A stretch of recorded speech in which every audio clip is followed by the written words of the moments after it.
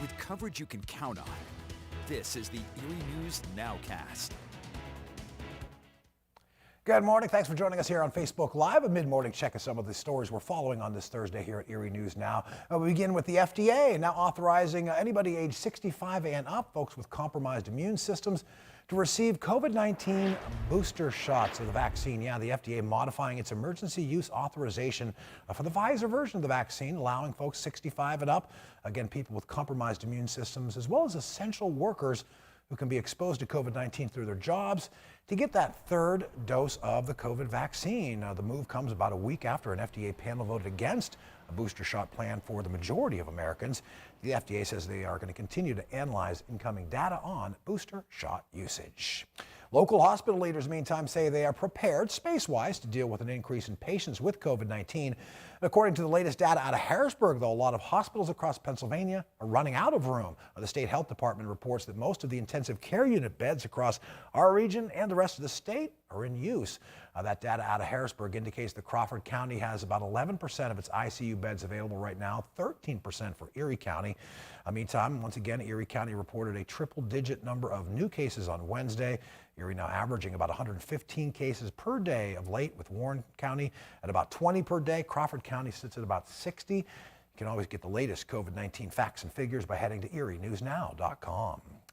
And an increasing number of school districts are turning to more testing to try and keep more kids in the classroom to avoid disrupting the lives of their families and disrupting the school as well. It's a new approach called Test and Stay, and our Molly Samora takes a closer look. They could stay in school, continue to test at a regular frequency, and only then be sent home if they would test positive. Erie News Now contributor Dr. Becky Dawson informs me about what the test and stay approach for schools could be. She tells me it would allow students who have been exposed to the virus to stay in school, as long as they take frequent COVID tests and they are negative.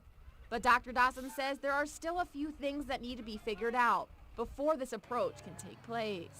Is we don't know definitively that it does work and that it will, slow the spread of disease, labor intensiveness of it, how frequently do students need to be tested, what type of tests should be used, where do the schools get those tests, who pays for them, who administers them. Molly Samora reporting there. More than 100 students at Penn State University are on interim suspension this Thursday morning. That's for failing to comply with the school's COVID-19 testing requirement. Penn State leaders say they had to suspend 117 students on their main campus after those students missed at least 3 weeks of COVID testing. That is a weekly requirement for Penn State students and staff who aren't vaccinated. These interim suspensions mean the students can't participate in class, whether that's in person or remotely. They're also barred from university-backed events like football games. Also with this morning, the search for Gabby Petito's missing fiance, Brian Laundrie. That one continues. The 23-year-old's been missing for several days now. Police down in Florida named him as a person of interest in the homicide of that 22-year-old Gabby Petito. Authorities actually requested an underwater dive team Wednesday. That team would come from the Sarasota County Sheriff's Office to help in that ongoing search. Police now combing through a 24,000-acre reserve known as the Carlton Reserve down in Sarasota, Florida. They're looking for any signs of Brian Laundrie. Of course, Gabby Petito's remains discovered back on Sunday out at Wyoming's Bridger Teton National Forest. Well, the Department of Homeland Security says they have fewer than 5,000 Haitian immigrants who remain camped out down near Del Rio, Texas. Officials say many of them are being released into the United States with notices to appear in immigration court or to go to an immigration office. The move does seem to go against the Biden administration's public statements that the thousands in that camp had faced immediate expulsion to Haiti if they tried to enter the country illegally. The report comes despite a massive effort to return those migrants to Haiti under pandemic-related authority that denies migrants a chance to seek asylum. And we're learning just recently that the U.S. Special Envoy to Haiti has resigned, citing the inhumane conditions in that U.S. decision to deport some of those Haitian migrants. A muddy mess in a lot of spots in the viewing area this Thursday morning. That's after some storms on Wednesday brought winds, thunder, lightning, and a lot of rain to the area. One of the hardest hit spots was down in Crawford County, where Cochranton saw several trees brought down by the strong winds. Lions Park really got hit pretty hard. Thankfully, no serious damage reported to homes or businesses, at least not in the Cochranton area. The heavy rain did force authorities to close down several roads briefly as they dealt with those fallen trees and rising waters. Again, nobody seriously hurt in those storms last night down in Crawford County. And really, it was the entire Northwest PA region that saw a ton of rain on Wednesday, flash flooding problems. Really one of the typically flood-prone spots in Erie. It was 14th and Liberty and underpass there. Yeah, you just saw some cars trying to make their way through that. And at 18th and Raspberry, we also saw some cars trying to navigate through some flooded roads. They did seem to make it through, but yeah, that is a risky proposition with the rainy weather that we saw Wednesday night. Thankfully, we're starting to get most of that rain out of our viewing area as we catch up with meteorologist David Walter, looking ahead to some drier weather, hopefully anyway. Yeah, we certainly have that drier weather, and never like seeing those folks drive through those flooded streets, because you just never quite know how deep that water is, and if it gets up to your engine, then your car is in some big trouble, and you could also be in some big trouble as well. 60 degrees right now. We're looking more so towards the west, out over where all the boats are, out on Presque Isle Bay. And of course, we're getting towards the end of boating season. We just have some scattered clouds out there, good mix of clouds and sun for today. Check out this feature in the atmosphere. Boy, we can certainly see the swirl right here.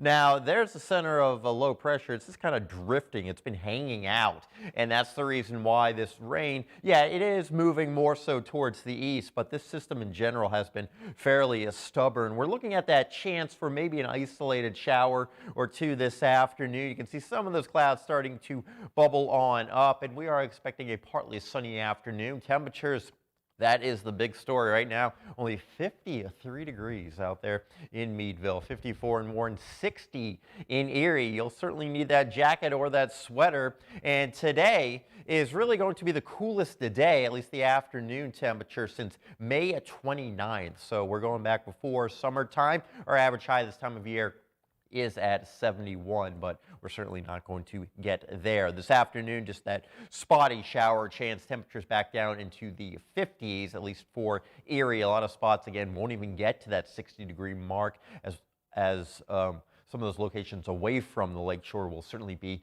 a bit cooler. Weather impact index still at a 1, just because we do have that spotty shower chance, but rain chances pretty low overall. Here's a look at your zone outlook for today. Temperatures into the upper 50s to around 60 degrees. A partly sunny sky this afternoon, only middle 50s. Out there into Crawford County, 56 into Springboro. Back there into Titusville, only 55. And into Warren County, we're only making our way into the middle and upper 50s. So fall is certainly timing itself out as we go over the next of days. We are looking at some warmer weather, but more rain showers possible this weekend. We'll talk that 7-day in just a moment.